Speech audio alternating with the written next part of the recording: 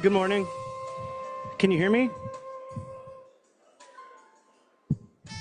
Please be seated so we could start.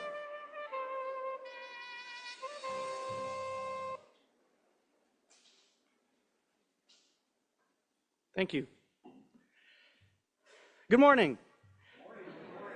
As the senior bureau official in the Bureau of Personnel, it is my honor to welcome you, especially our retirees, back home into this building. Thanks for being here.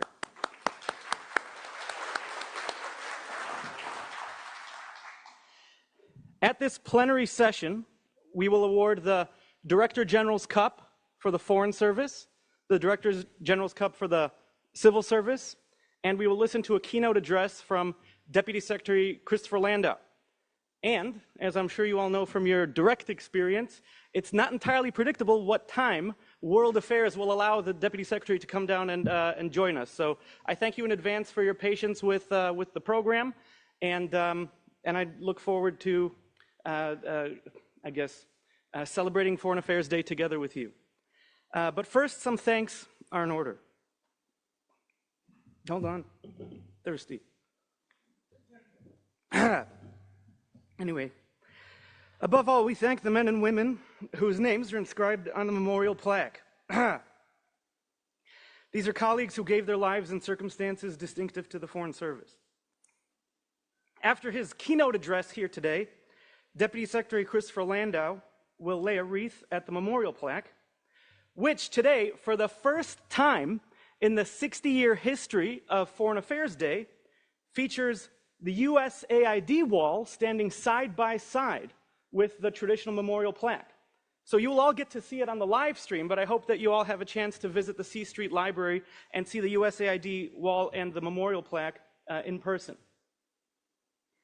We also thank the American Foreign Service Association and its president, Tom Yasgardi, who will join us join the Deputy Secretary at the wreath-laying ceremony. All year round, AFSA maintains the memorial plaques along with a virtual memorial plaque online. And I'm always happy to work with AFSA to conduct the research that we need to make sure that the virtual memorial plaque is complete and that it contains the best possible record we have of our Foreign Service officers, our colleagues at sister agencies that have given their lives in circumstances distinctive to the Foreign Service.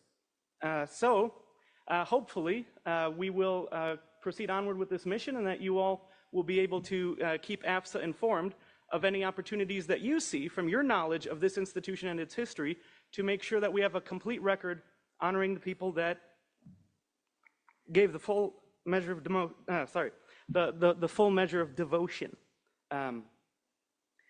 One thing I invite us to think about today as we come into our nation's capital is that the memorial plaques are literally the northern point of our nation's moral compass.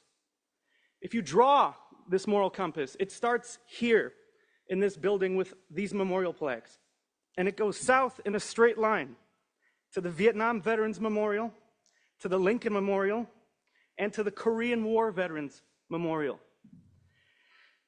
And then it goes east to the World War II Memorial, and then it goes west to Arlington National Cemetery. So on behalf of the entire workforce here at the Department of State and at our sister agencies, and in the words of President Lincoln, from these honored dead, we take increased devotion to that cause for which they gave the last full measure of devotion, the diplomatic mission of the United States of America. Thanks for honoring our colleagues today.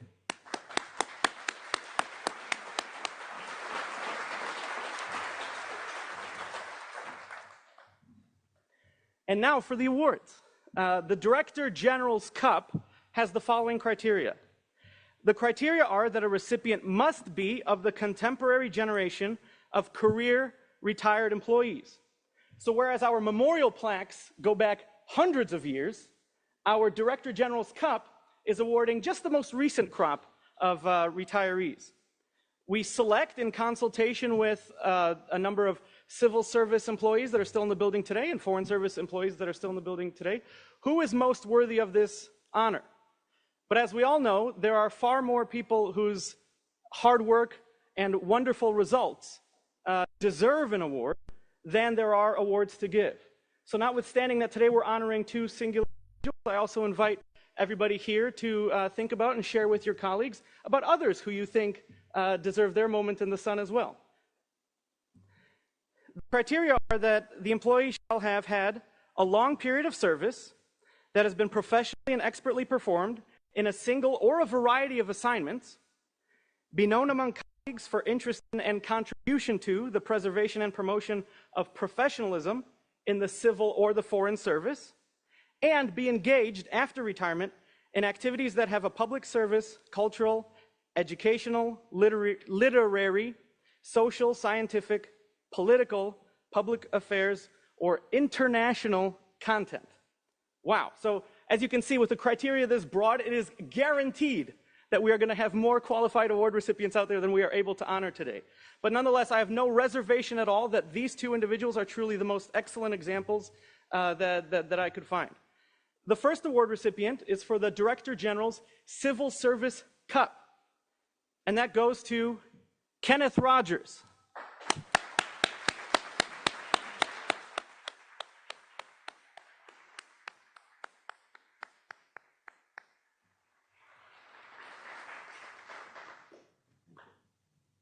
We do one handshake like this, right? Yeah. And then we receive the award for you.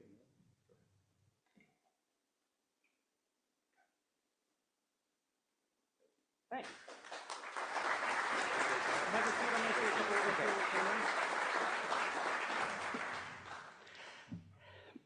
I have about 2 minutes to introduce Ken.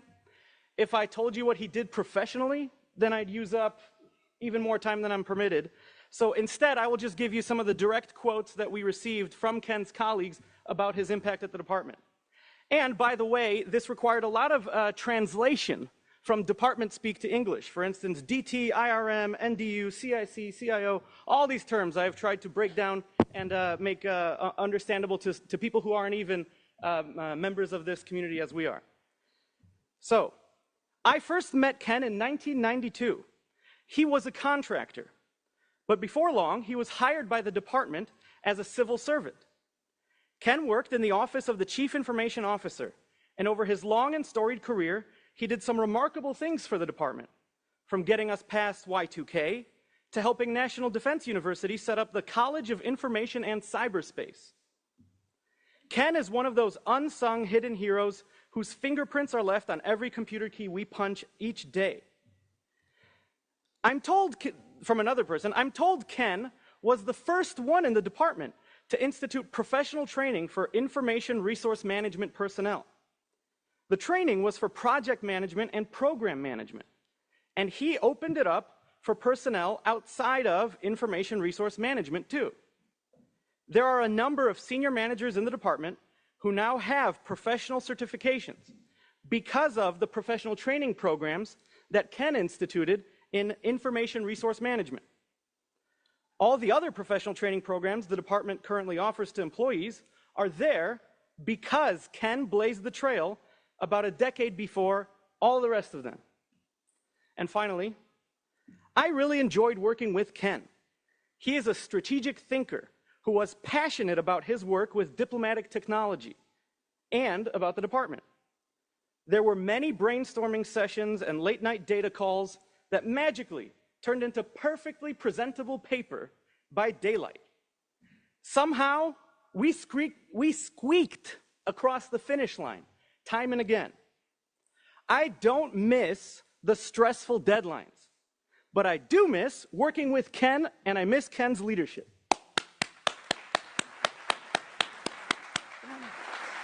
Thank you. I did all that? Thank you so much for this recognition and award. I have to say that such an award comes from the many talented leaders, peers, and staff who worked tirelessly alongside of me. It was a partnership throughout my career. One of the challenges that I faced in coming to state, I I came here from the early days of Homeland Security, the youngest organization in the federal government, to the oldest agency in the federal government.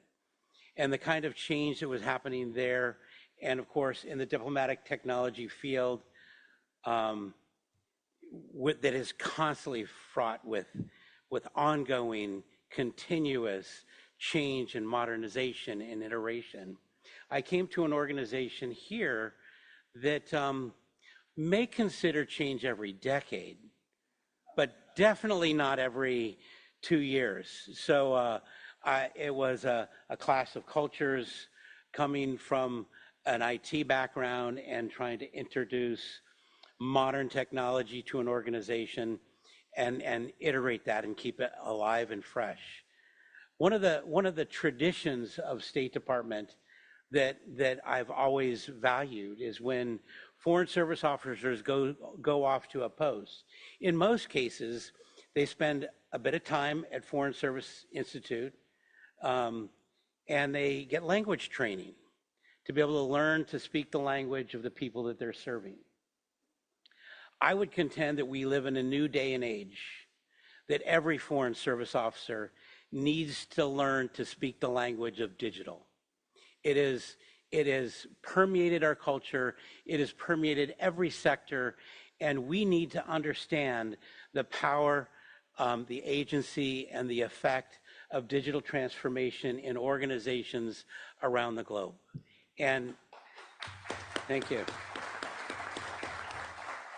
So over the years, I've had the privilege of working for 7 CIOs with individuals and teams that were committed to the mission to delivering products and services year after year.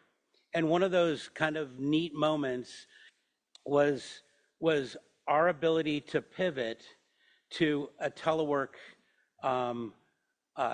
operational style. We literally, within 3 months, went from 2,000 concurrent teleworkers to the capacity of 85,000 teleworkers worldwide.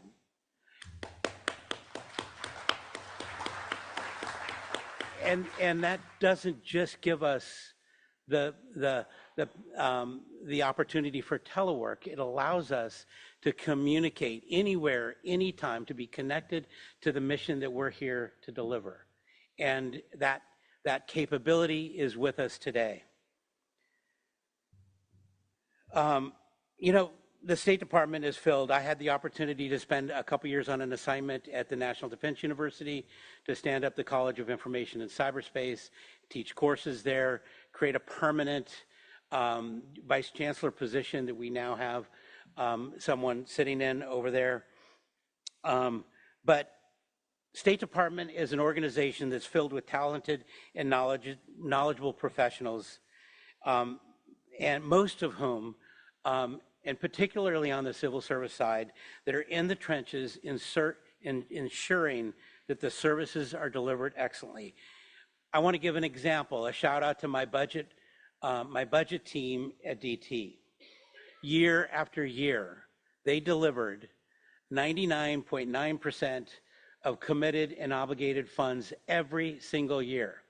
And that's no small feat when our budget has grown.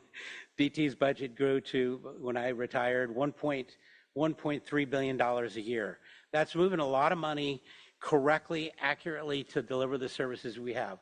Not only that, they did that while paying invoices on time 99.9% of the time. We honored the Prompt Payment Act and we delivered that.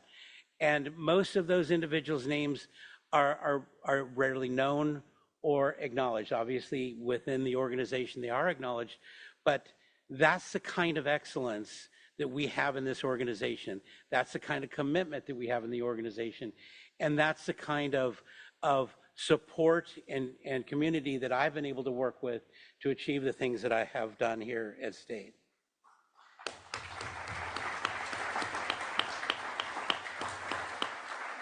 So as I mentioned, State Department is cautious when it comes to change. Maybe not today, but you know, but so as I came in, gung-ho, ready to move in this technology and that and make this change and that change, I realized I better figure out how to operate in this organization. And there were a number of leaders that came alongside of me that helped me to succeed. And I want to just mention a few. Obviously, don't have the time to go through the whole list, but there are a few that I want to mention. Doug Pitkin, his strategic planning and performance and budget team has evolved over the years, and we've been in the trenches more times than I care to remember in order to build a defensible budget for IT to make sure the department had the technology it needed to execute the mission. And I am very grateful for him and his team. I also, when I first started here at State Department, my first CIO was Susan Swart. Susan Swart was a courageous leader. She took the risks necessary to introduce game-changing organization and procurement strategies that helped IRM move with the times and get the industry partnerships that we needed here to do the work that we have done. I also want to mention Karen Mumau. Karen Mumau, I worked for her as a deputy CIO and then as an interim CIO. A talented individual who is tenaciously mission focused. She is not in it for her. She has always been in it for the mission, always putting the mission first. And she also always held me to high expectations, but trusted me and my team to deliver on those high expectations. And I appreciate her leadership in walking through that. Finally, I want to mention Al Bowden. He's our current Deputy CIO for cybersecurity. He's the guy that constantly strives to get to yes securely. A very difficult task in these day and age. But Al is a friend and a professional whose advice kept me grounded in the good times and the challenging times. We have had late nights where he would pull me aside or he'd come into my office and he would walk me through, Ken, come on, legs back down on the ground. And I really appreciate that professional advice and guidance. I could go on, but unfortunately time doesn't permit. As I said before, the department is filled with extraordinary professionals, exceptional talent, and those that are committed to this absolutely essential mission and view it as second to none, making it a privilege for me to serve here. And with that said, I thank you for this award and recognition. Stay up here, and then we'll make sure you get a photo of the deputy secretary.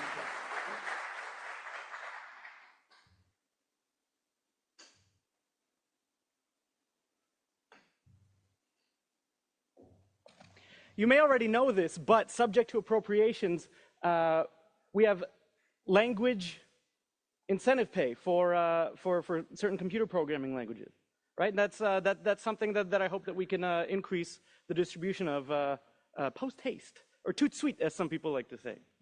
A related comment, those individuals that you highlighted, I personally work with a number of them. I concur with your assessments. I highly encourage you to stay in touch with these colleagues, just like the rest of us should be staying in touch with each other continuously, so that when the day comes that they retire, you'll be able to recommend them to a future Director General for future consideration of this exact prize. So thank you really for naming and crediting those people. I really appreciate that.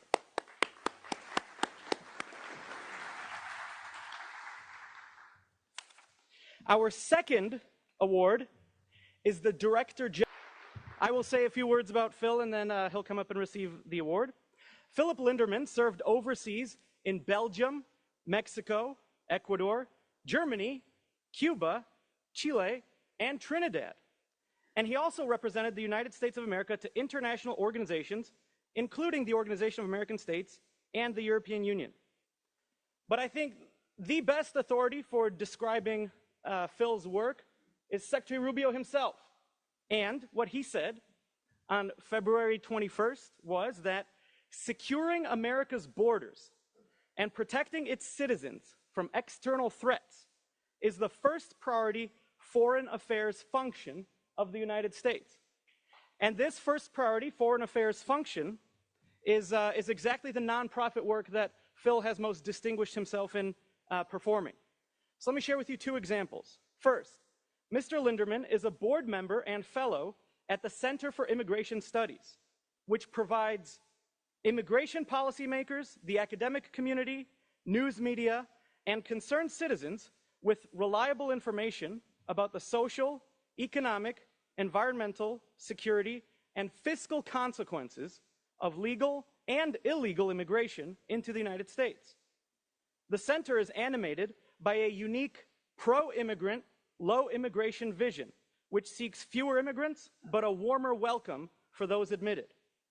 And the second area in which Phil has made contributions outside of the department to advancing the Secretary's foreign policy vision is through the Ben Franklin Fellowship, a 501c3 public charity that provides a forum for foreign policy discussions from perspectives that promote the national interest, secure borders, U.S. leadership, and American sovereignty. Through networking events and regular meetings, the Ben Franklin Fellowship fosters these values, connects like-minded policy professionals, and examines other related international topics. So Phil Linderman, please come up and receive your Foreign Service Directors General's Cup.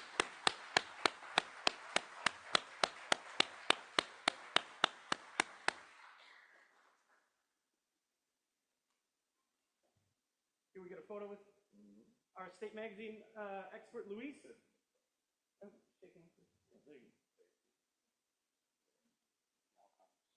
Thank you.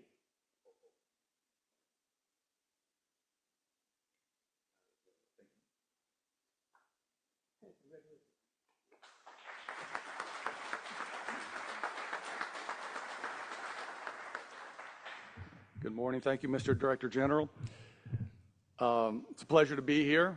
It's always good to come back to Foggy Bottom and see colleagues and friends. I thank you for this award. I accept this award in the name of all the unsung retired Foreign Service officers. And there are many of them are out there. Some of them I worked with. By unsung, I mean all the behind-the-scenes FSOs who served with great professionalism and who went basically unnoticed in their work because, as the saying goes, they were doing their job. And that was all perfectly fine. That was part of the career, and it was an effort for people to engage, to do what's right without any expectation of reward. These unsung FSOs were proud to be the backbenchers to carry out this kind of work, and they performed their duties, as I mentioned, without any expectation. And today I'd like to acknowledge them and their works. They're out there throughout the history of the Foreign Service, and many perhaps in this room. The career itself was always the reward, taking part in the challenges, the excitement, and the privilege, the great privilege of representing our country to people abroad. Whether you were serving in a high-profile diplomatic mission in Western Europe or in a forgotten posting in an obscure geographic location, it was always a special opportunity to be a representative of the United States of America, to stand for our great values, the Constitution, and to serve the President's foreign policy agenda. Retirement, it also gives me a certain freedom of expression. And I'm also accepting this award in the name of the overlooked Foreign Service officer, or the forgotten Foreign Service officer. And by that, I mean many hundreds, perhaps even thousands, of career FSOs who in recent years have been intentionally passed over for promotion and assignments abroad. And this was done in the name of extreme DEIA policies. These policies were fundamentally unfair. They were a slap in the face of meritocracy, and they went against the 1980 Foreign Service Act. At the time, nobody represented these FSOs, and that was one of the reasons Mr. Olowski made reference to the fact that we established an organization called the Ben Franklin Fellowship. It's a nonpartisan group. It's a network of like-minded state employees, both civil service and foreign service. And we believe in a common sense foreign policy that promotes the national interest, that defends American sovereignty, and protects America's borders. And we also believe in a diplomatic corps based on meritocracy.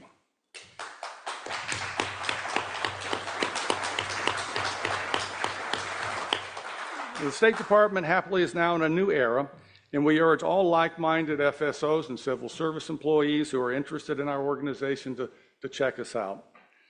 And today, in conclusion, let us all together celebrate American diplomacy, the great privilege, no matter what your job might be, the great privilege to represent our country abroad. Thank you very much.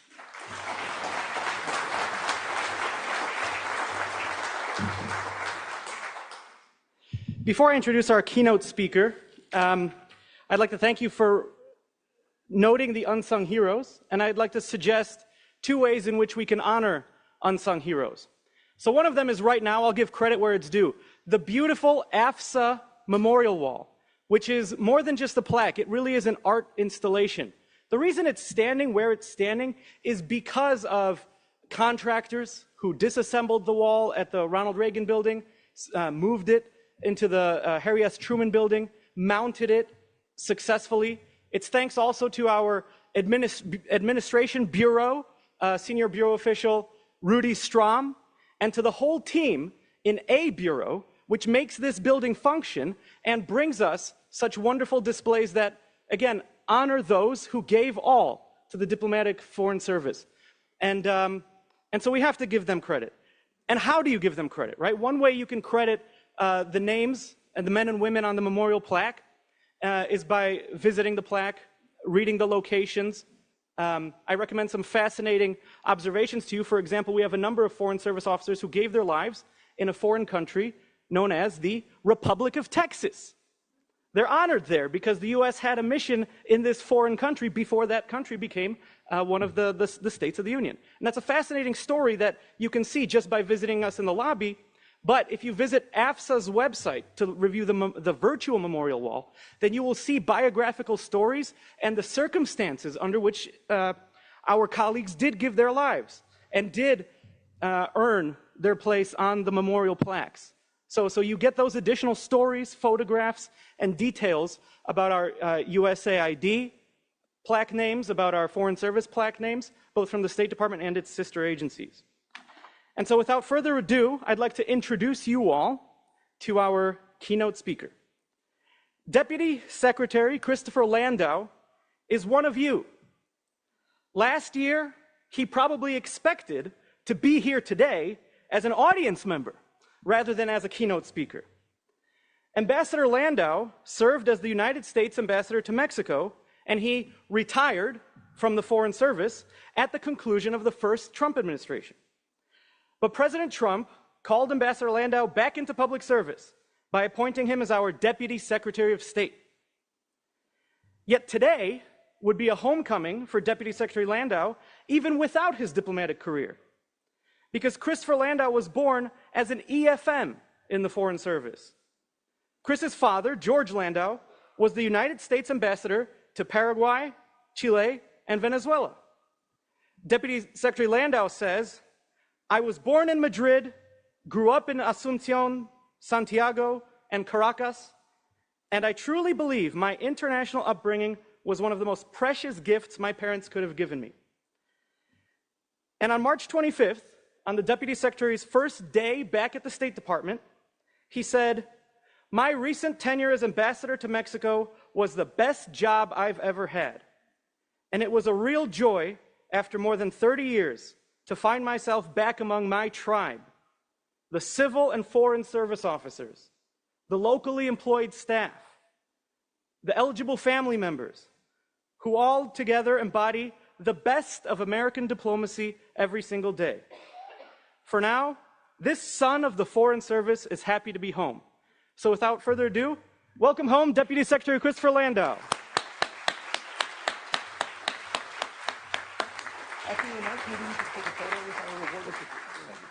Thank you. Wow, thank you for that introduction, and this is actually very emotional for me to be here speaking to all of you. I see some friends out here in the crowd. I see folks, I'm sure, who knew my dad. So it is true that I do feel like this is a homecoming of sorts for me. I used to run down these hallways on Saturday mornings when my dad would come into work. They haven't changed at all. The same, bright floors and the white fluorescent lights. It's a little bit like an out-of-body experience. It's also a little bit scary for me to realize that I am older than Foreign Service Day, which is celebrating 60 years today. So I guess I'm getting up there, but it's interesting. I guess I grew up a McCoy, and now I come back a Hatfield as a Foreign Service kid, and now I'm here as a political appointee. I like to think I try to bridge those two tribes, and I like to think that the differences between those tribes are not irreconcilable.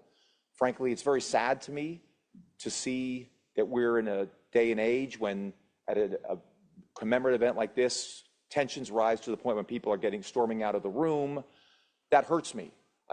I want to try to recognize the value of the Foreign Service, to honor and respect the Foreign Service, because for me, the Foreign Service is part of my own origin story. Again, as you know, I come from the Foreign Service. My family has basically had a place on the map because of the Foreign Service. My father was an immigrant, as those of you who knew him knew he spoke English with an accent. He wouldn't have found a place in this country had he not been received with open arms by the Foreign Service and promoted by people like Ambassador Bob Woodward, who took a young Foreign Service officer at that time who hadn't gone to college, spoke English with an accent, and recognized this is a person of merit and hard work who really believed in the values of this country and promoted him. And so I feel very, very grateful to the Foreign Service. And I want you to know that I am your friend.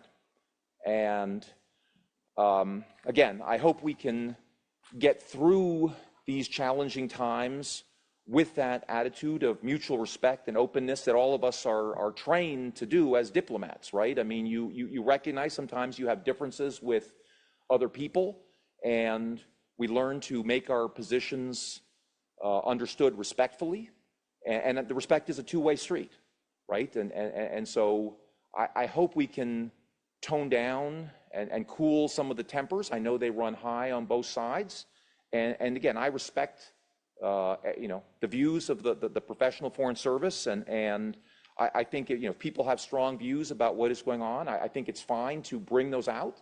I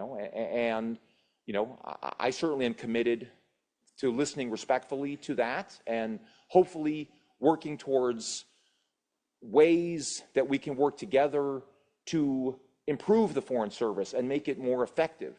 One of the things was very interesting for me serving as ambassador to Mexico recently, and really bringing my life full circle, having grown up in the Foreign Service and knowing the ways, this was back in the 70s and 80s, and then coming back 30 years later and seeing the Foreign Service again.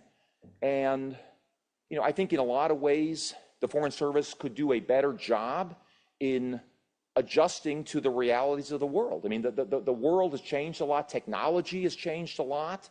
And I think we need to be asking ourselves serious questions about what is the role of an embassy in the 21st century? I mean, do you need the reporting functions that you might have needed in an earlier day? Now Washington knows, Washington knew what was going on in Mexico, frankly, as quickly as I did sitting in Mexico City. And so that has implications for what is the function of the men and women who are on the ground in that post? What are you looking to them for? And, I think there are very serious, legitimate questions that we should all be working together to answer. And I very much value the perspective of those of you in this room. I think that you can provide valuable insights into how do we make the Foreign Service more effective. Nobody wants to be writing cables that nobody in Washington winds up reading. I feel like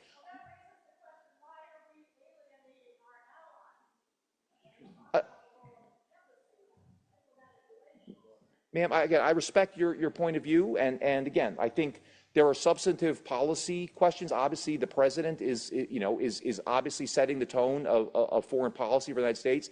He is the chief executive of our government. Under our Constitution, we have an executive branch. We are an organ of the executive branch. In fact, we're the first organ of the executive branch, going back to the Washington administration when Thomas Jefferson was the Secretary of State, right? So even though those of you in this building, and my father knew this very well, he did not always agree with the administration in power, and he actually disagreed sometimes. But I didn't know who my father voted for the entire time I was growing up until after he retired. And so I hope we can come back to a foreign service that understands that it is part of the executive branch, that people have ways to express their disagreement or their own views within the system. But ultimately, unless it's something that is unlawful, the wisdom of this kind of things is for the political leadership. Ultimately, we can't all, the president was duly elected by the American people. So, but again, I think these are valuable questions, and particularly now, let me just say a word about some of the reorganization plans. I mean, back in the day, this was the organization chart of the Department of State. This is 1966, right? Obviously, it was a different time, but this was still the height of the Cold War.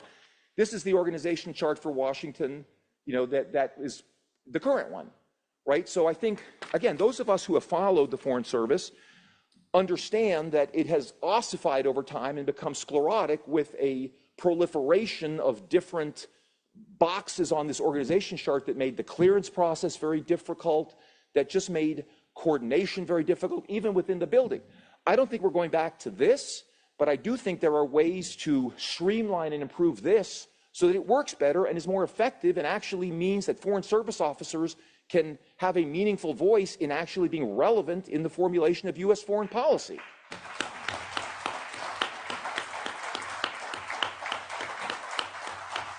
It means a lot to me to get at least one little bit of applause. Like I appreciate that, because I mean, at least we're talking to each other, and again, I hope we can find this kind of common ground, that the current system is not optimal, and I hope we don't find a situation where the professional foreign service kind of digs in its heels and says we are going to defend the status quo at all costs, and everything that is any change is bad, bad, bad.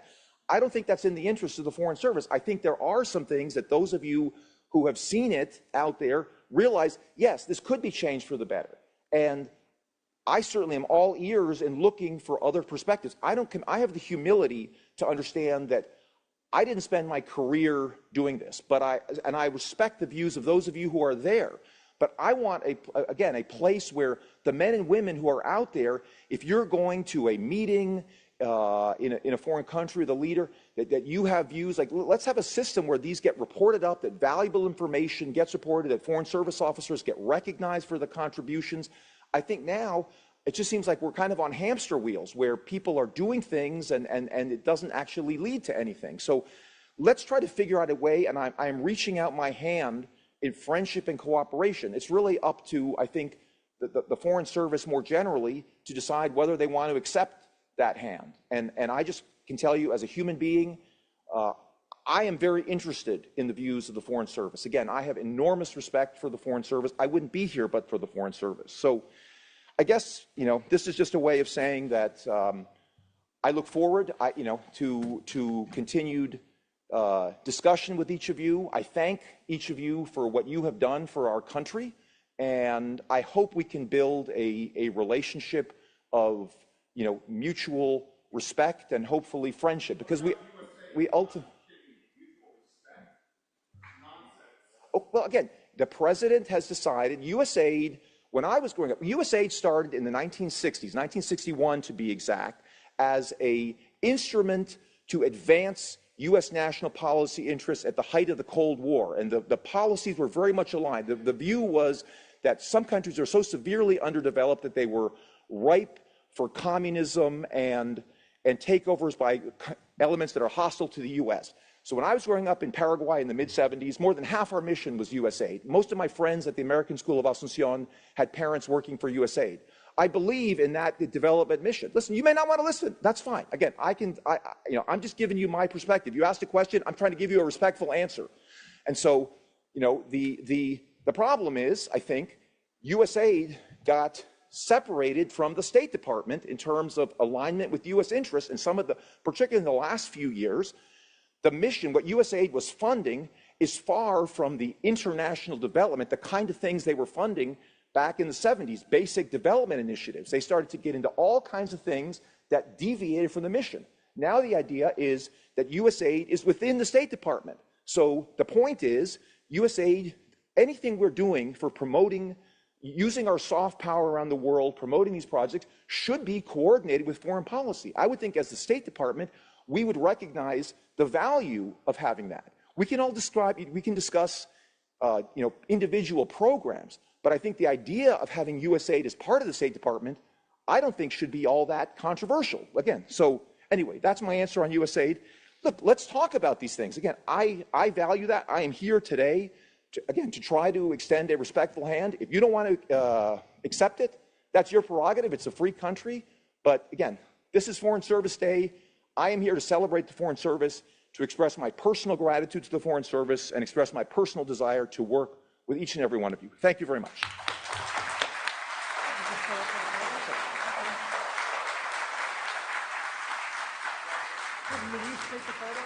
Yes. Oh, there he is. He's right there. No, this way. Oh, no. Yeah, stand with the deputy. Luis? Oh, yeah. You tell us where to stand, sir. All right, yeah.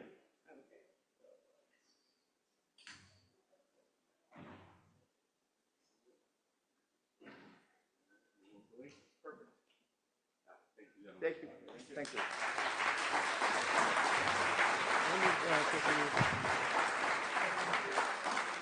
Thank you all. The Deputy Secretary will now join the AFSA President at the memorial wall for the wreath laying. You ought to be able to see it on the live stream here. And afterwards, our Principal Deputy Assistant Secretary for the Bureau of Personnel, Rob Pyatt, will deliver closing remarks. So thank you again for coming, and happy Foreign Affairs Day.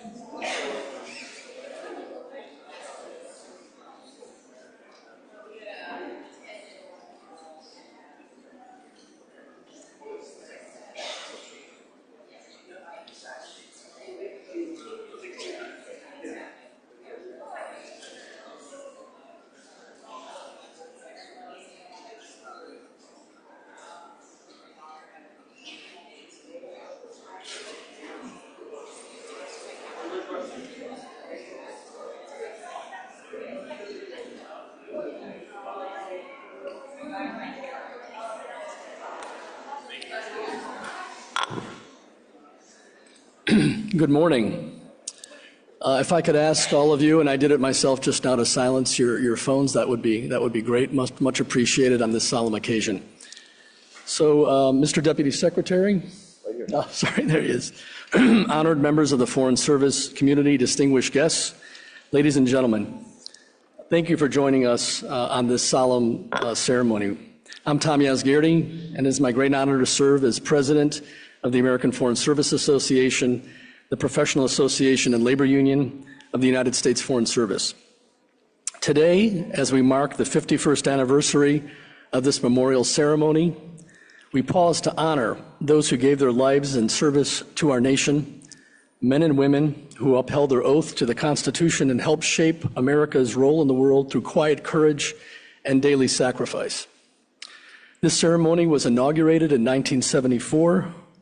Since then, it has become a revered tradition, a moment each year to reflect on the cost of service and the ideals for which our colleagues gave their lives. Surrounding us are the names of 321 fallen colleagues etched into these memorial plaques. Each name represents a story of commitment, bravery, and sacrifice. Each was added after a careful and respectful review, a process AFSA has overseen since these plaques were first unveiled in 1933.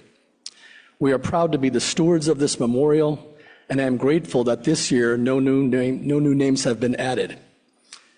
This year we take special note of the USAID Memorial Wall on display here today at State. We honor our USAID colleagues whose names are etched here, over 100 individuals who gave their lives advancing America's mission abroad. Their sacrifice reflects the highest ideals of public service. And I would ask that the department leadership place this wall in an appropriate place of honor here at Maine State.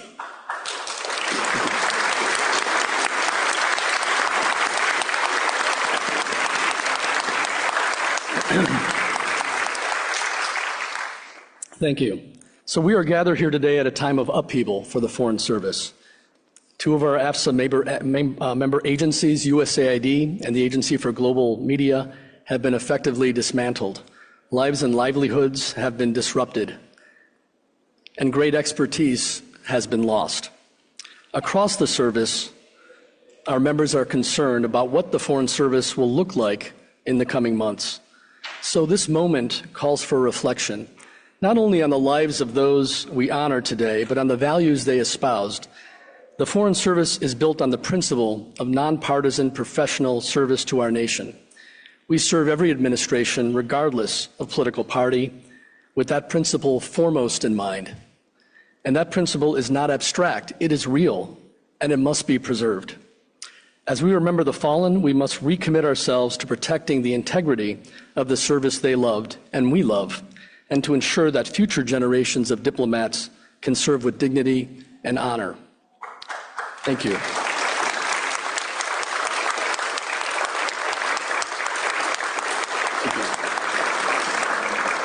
We are joined today by Deputy Secretary of State Christopher Landau, who I know cares deeply about our service.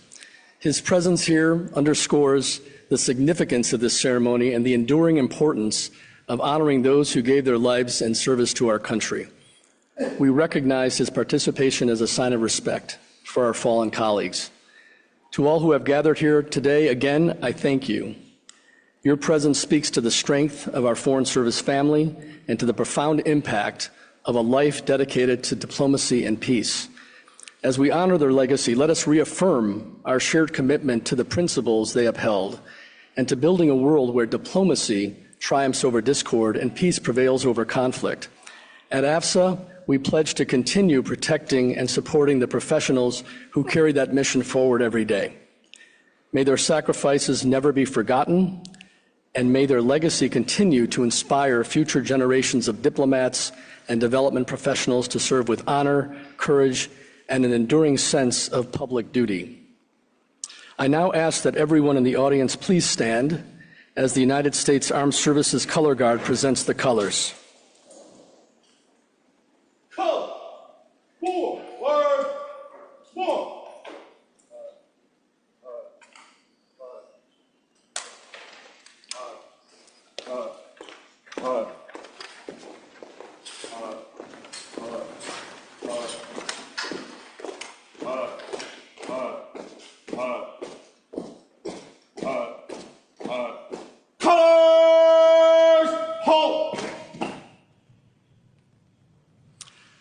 Thank you. Please join me and our colleagues in U.S. embassies and consulates around the world as we observe a moment of silence followed by our national anthem.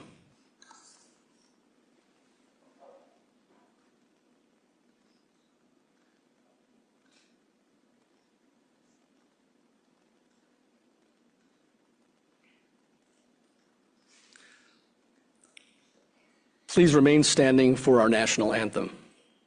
Color, present, on.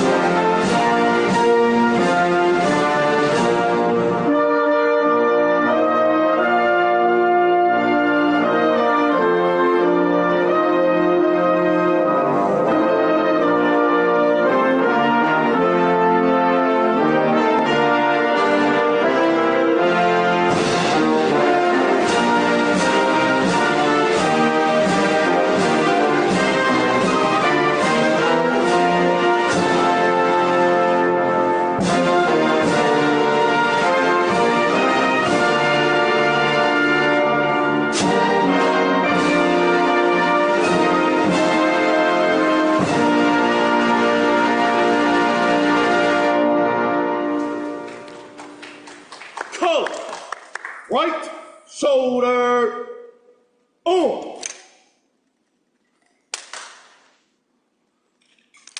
Thank you. Finally, I ask that you all remain standing while the United States Armed Services Color Guard retires the colors. Colors. Colors turn. March.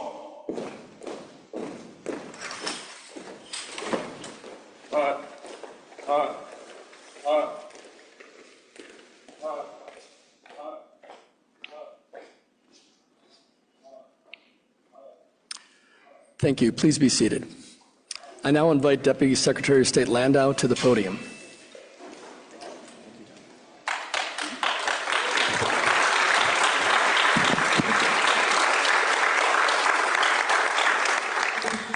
Thank you, Tom. Thanks to all of you for being here today. It's an honor for me to be here on behalf of the Secretary, who expressed his regret that he couldn't be with us today. As you might have heard, he's got several other gigs that keep him busy.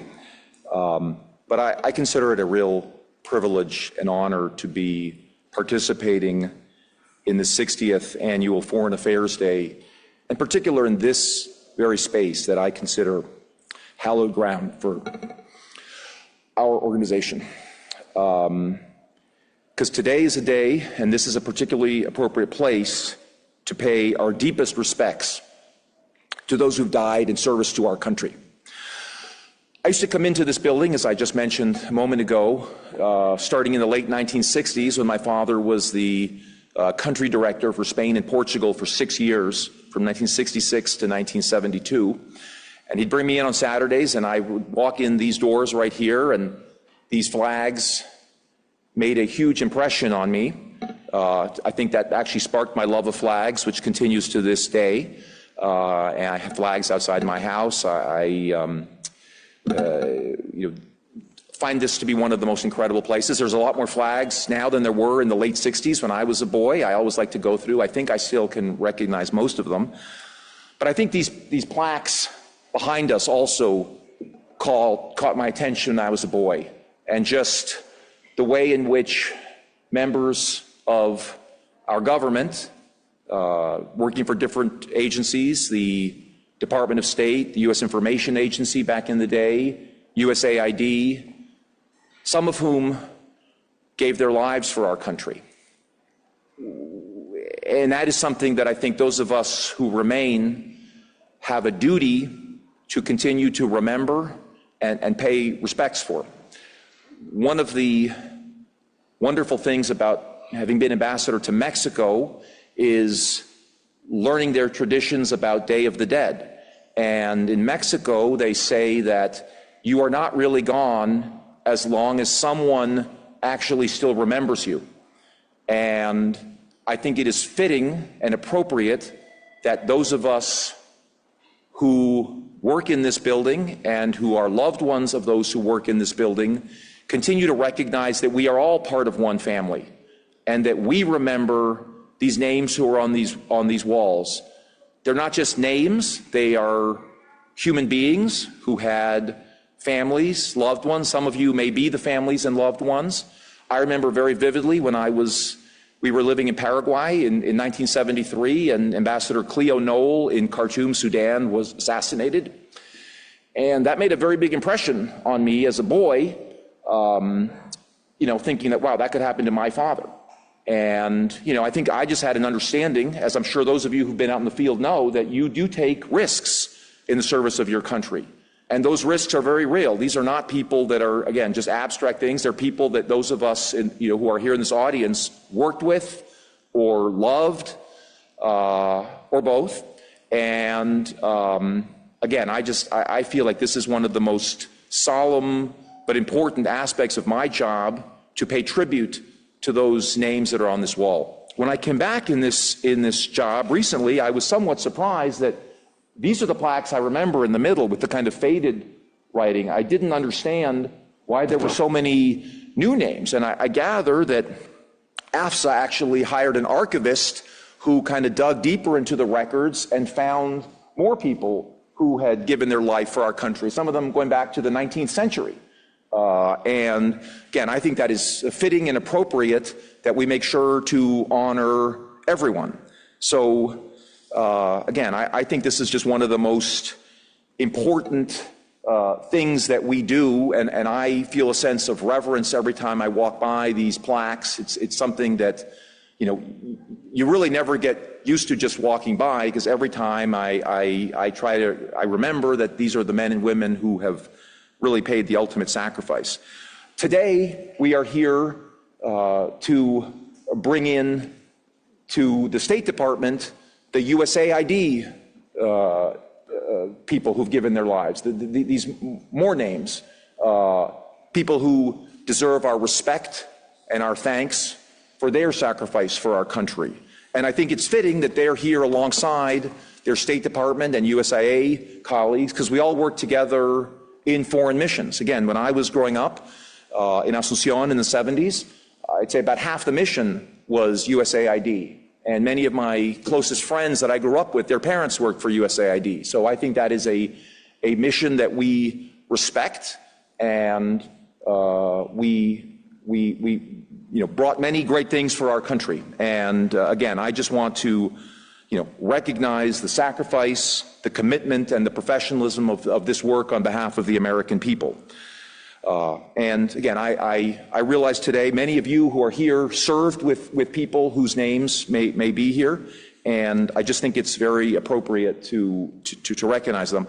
Let me just take one moment to recognize the people who will never make it to this wall, our local staff, contractors, and family members. Again, anybody who's worked in an embassy recognizes the importance of the locally employed staff who really do form the backbone or the institutional memory of our missions abroad. And I certainly hold them in extremely high regard, and I'm sure I'm seeing some nods here that many of you in the audience agree with me on that. So again, we are all part of the same family, and again, I think this is kind of a time for a family to come together at this particular ceremony to render tribute to fallen members of our family. Fortunately, I'm told that no new names will be added to these wall plaques, to the State Department wall plaques this year, but unfortunately, 3 colleagues will be added to this USAID memorial wall in the near future. And let me just assure you, Tom, I will make sure with every breath in my body that this plaque gets put in a place of honor and distinction in this State Department building. We will look to, it's obviously large, but we will make sure that happens.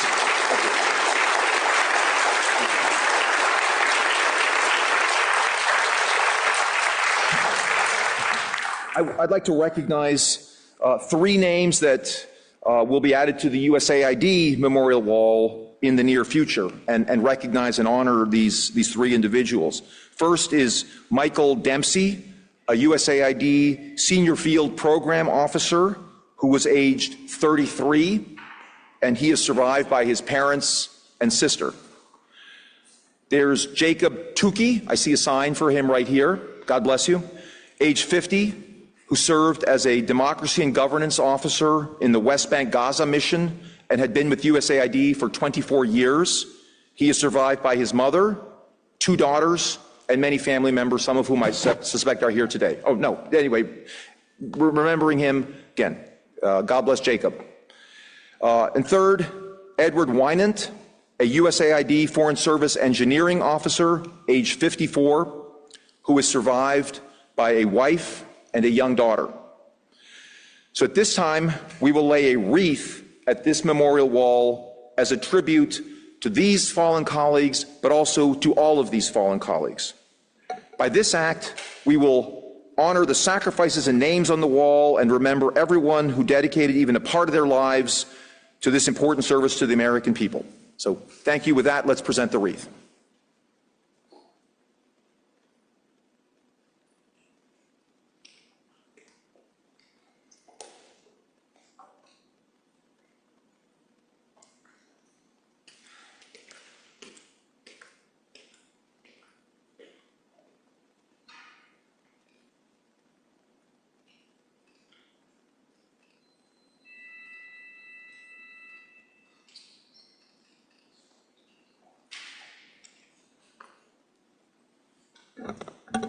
Thank you very much.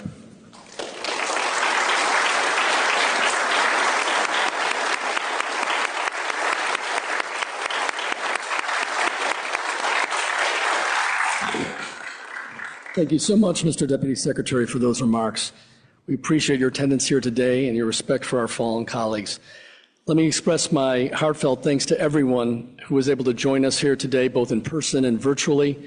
EFSA and I appreciate your taking the time to honor our colleagues and join us on this day. Thank you. This concludes today's ceremony.